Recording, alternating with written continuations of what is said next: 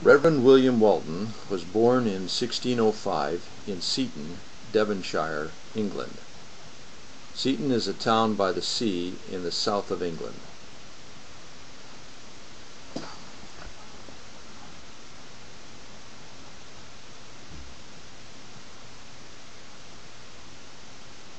Here are some images of the town as it is now.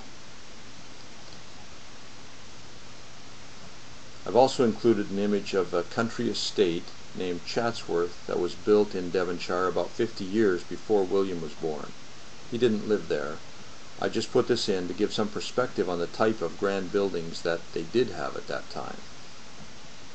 Rev William attended Emmanuel College.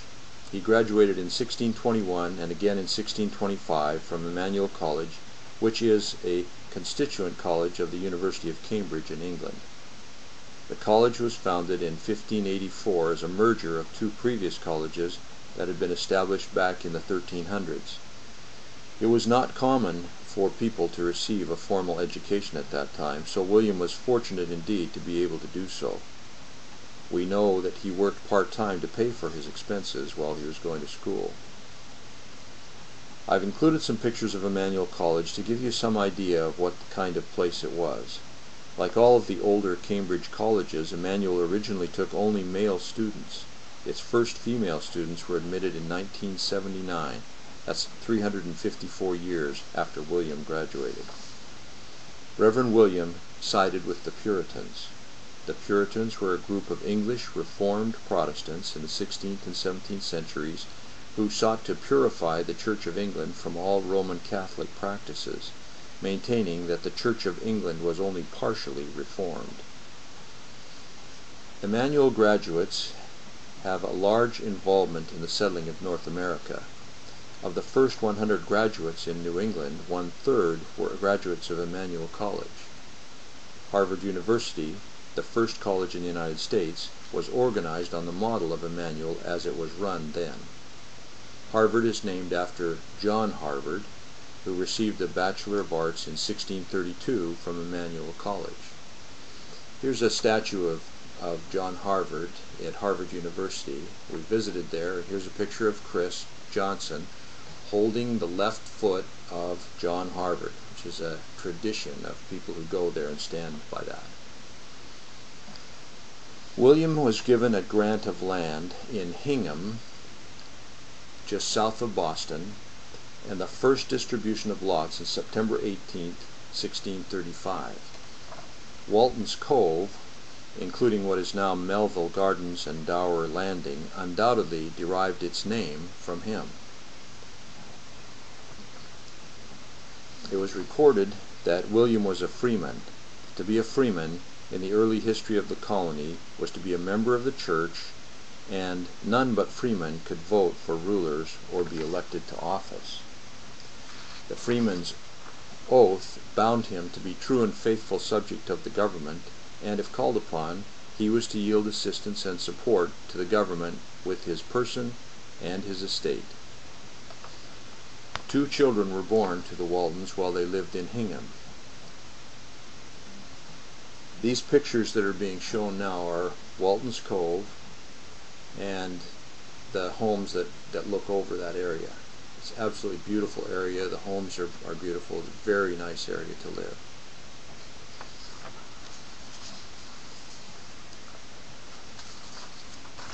Next, they moved to Barblehead, which is just north of Boston. A church was built on Old Burial Hill, and Rev Walton was the first minister there. He served his congregation for about 30 years until his death. The church is no longer there, but there is a gazebo that's been built there to mark the spot where the original building stood.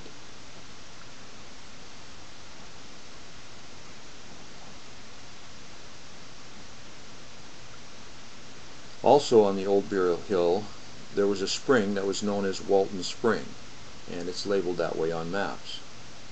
The Barblehead Historical Society indicates that this property, this map was prepared by them, and Nathan Walton's name shows on the property that's highlighted in yellow. Burial Hill is highlighted in green, and that's also where Walton's spring is. During each summer, now, there are about 1,200 boats moored in Marblehead Harbor. It's a very popular place. It's a very prestigious place to live, and I'm sure the property values are very high there.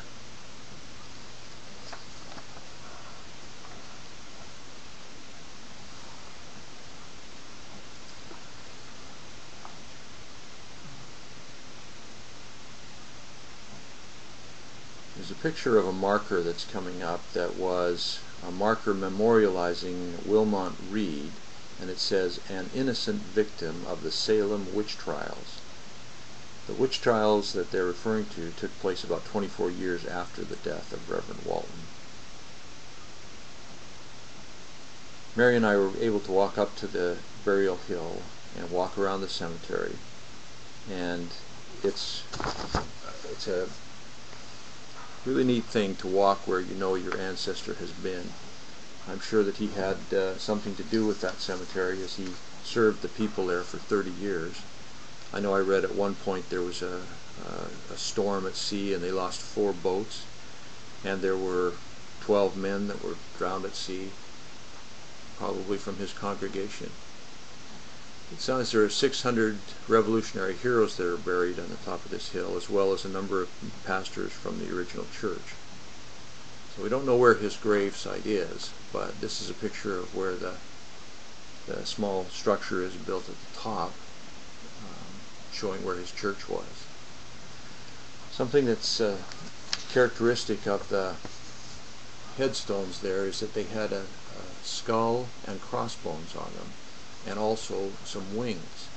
And they say that the skull and crossbones were to show the mortality of man, but the wings showed the immortality of the spirit, and that the spirit lived on afterwards. This is the Witch Trials Memorial, and this is just an example of a headstone.